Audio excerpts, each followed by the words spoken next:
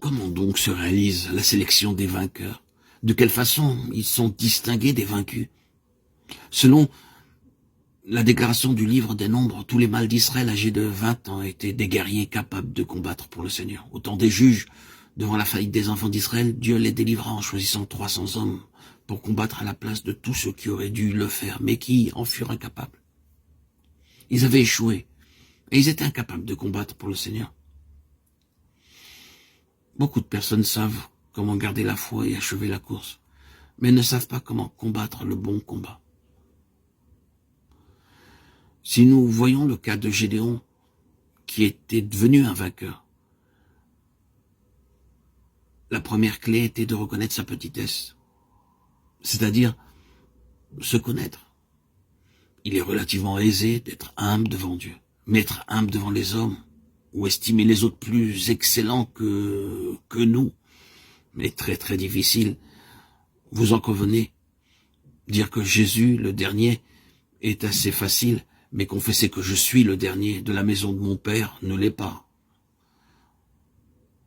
Admettre que la maison de mon Père est la plus pauvre n'est pas très pénible. Reconnaître cependant qu'elle est la plus pauvre en Manassé est très humiliant. Celui qui a le visage rayonnant sans qu'il en soit conscient et dont l'éclat est perçu par les autres est un vainqueur. Tous ceux qui se regardent dans un miroir pour apercevoir la lumière sur leur face ne sont pas en réalité des vainqueurs. Bien qu'étant loin, David se considérait comme un chien mort. 1 Samuel 24, 14. Les vainqueurs sont ceux qui en ont la réalité et non pas le nom uniquement.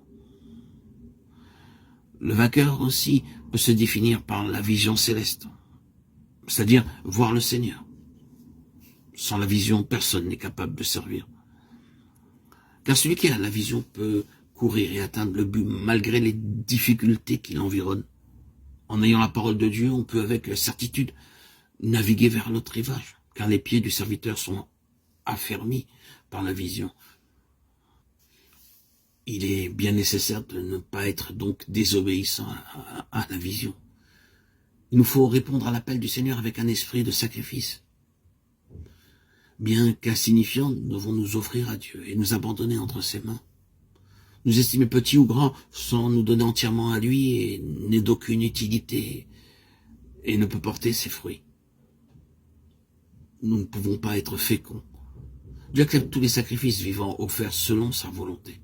Nous devons être une offrande, offrir nos vies au Christ, lui appartenir pleinement dans tous les petits actes de notre quotidien comme dans les grands. Les vainqueurs sont ceux qui ont entendu et répondu à l'appel de Dieu, qui ont été obéissants à la vision qu'ils ont eue.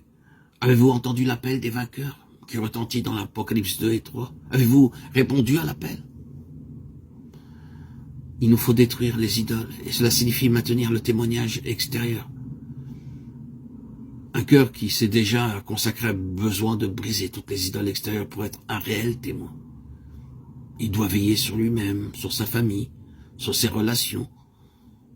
Tout ce qui veut être comparé à Dieu doit être brisé. En voyant ce qu'est le Seigneur, nous distinguons ce qu'est une idole. Le discernement se fait jour dans notre esprit. En voyant l'ange du Seigneur, une représentation du Seigneur, Gédéon discerna que tout ce qui était en dehors du Seigneur était une idole. La vision de l'ange du Seigneur révéla que le bois, la chair, n'était pas Dieu. Juge 6, 22, 27.